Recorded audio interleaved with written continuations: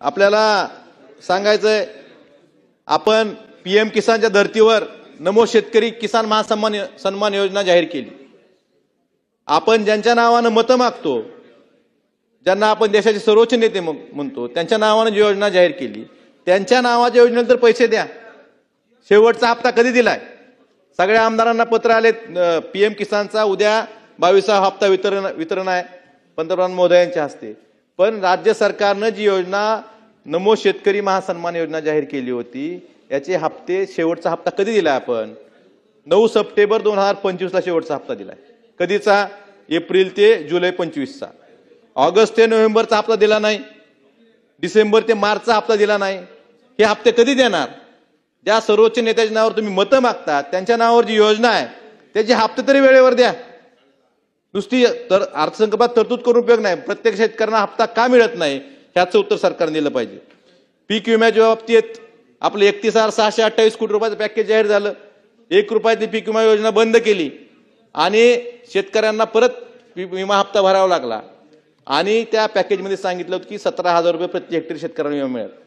महाराष्ट्रातल्या एकाही शेतकऱ्याला आज ह्या क्षणापर्यंत विमा मिळालेला नाही। कधी मिळणार विमा? एवढं मोठं नुकसान झालं, विम्याची रक्कम कधी मिळणार हे सरकारनं सांगणं गरजेचं आहे। अध्यक्ष महोदय, धाराशिवच्या बाबतीत सांगायचं झालं तर धाराशिवमध्ये जवळपास 500 पेक्षा जास्त हे ट्रिगर काढले सरकारने। ह्या वर्षी योजनेत बदल केला। जे मिड टर्म मध्ये ज्या लॉसेस होत होते याचे ट्रिगर काढून फक्त पीक कापणी प्रयोगावरच पीक विमा योजना जाहीर केलं। तर पीक कापणी प्रयोगातले 500 प्रयोग झाले होते, त्यातल्या 217 प्रयोगावर कंपनीचं ऑब्जेक्शन घेतलं।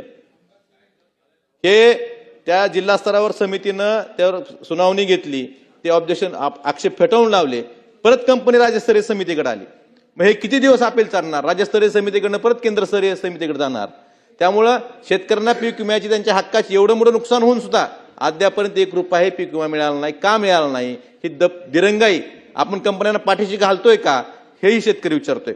अध्यक्ष महोदय, धाराशिव जिल्ह्याच्या बाबतीत सांगायचं झालं तर 2020च्या पीक विम्याच्या बाबतीत सर्वोच्च न्यायालयापर्यंत शेतकऱ्यांनी लढा दिला। आधी उच्च न्यायालयात गेले, तिथून सर्वोच्च न्यायालयात गेले, सर्वोच्च न्यायालयापर्यंत शेतकऱ्यांनी लढा दिला।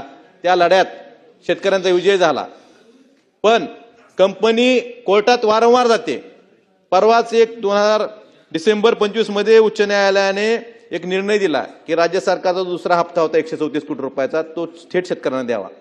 त्यात कसं होतं, 3,33,412 शेतकऱ्यांना 514 कोटी रुपये प्रति हेक्टरी 18,000 प्रमाण देणं बंधनकारक होतं।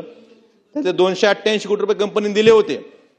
उर्वरित 225 कोटीसाठी राज्य सरकारचा हप्ता थेट शेतकऱ्यांना द्या म्हणून उच्च न्यायालयाने सांगितलं। त्या आधारे 11 फेब्रुवारी 2026ला 134 कोटी रुपयाचा राज्य सरकारनं शासन निर्णय करून ते पैसे जिल्हाधिकाऱ्यांकडे एसओला देण्यासाठी, जिल्हाधीक्षक कृषी अधीक्षकांना देण्यासाठी वर्ग केले। पण अध्यक्ष महोदय, आमच्या धाराशिवच्या जिल्हाधिकाऱ्यांनी सरकारी वकिलाला एक पत्र लिहिलं। काय लिहिलं? की हे पैसे आलेले आहेत, हे आम्ही वाटावे का नाही? कारण कंपनी सर्वोच्च न्यायालयात गेली होती।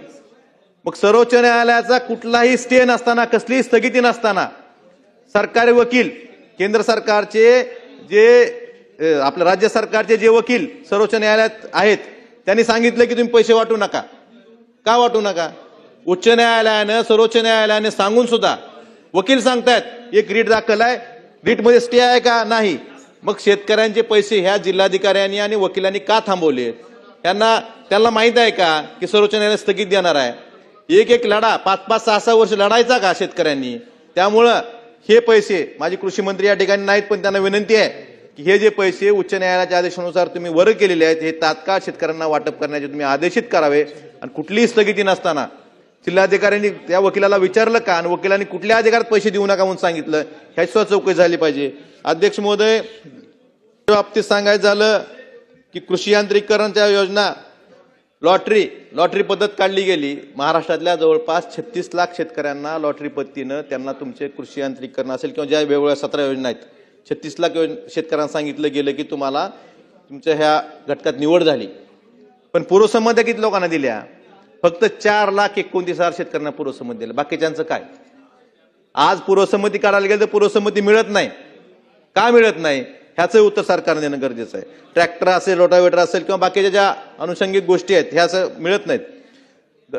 पीक विमा योजना 1 रुपयातली बंद केली, त्यावेळेस सांगितलं की दरवर्षी 5,000 कोटी रुपयाची बचत होती आपली.